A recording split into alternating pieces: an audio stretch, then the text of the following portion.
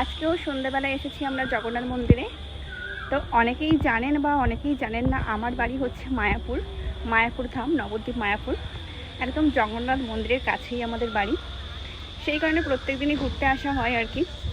তো বিকেল মানেই জগন্নাথ মন্দিরটা এত সুন্দর, আর প্রত্যেক দিন জগন্নাথ মন্দির যেহেতু সাজানো হয় নতুনভাবে, সেই কারণে বাড়ির কাছে বলে আরও এটা সুবিধা বেশি আমাদের।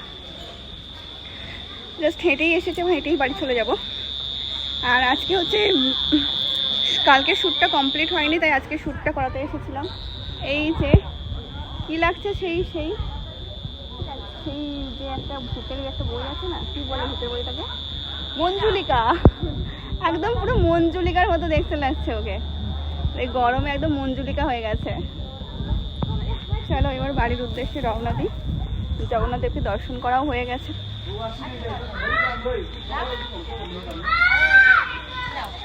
আর আমাদের এখানে স্নান যাত্রার জন্য এখন প্যান্ডেল তৈরি হচ্ছে।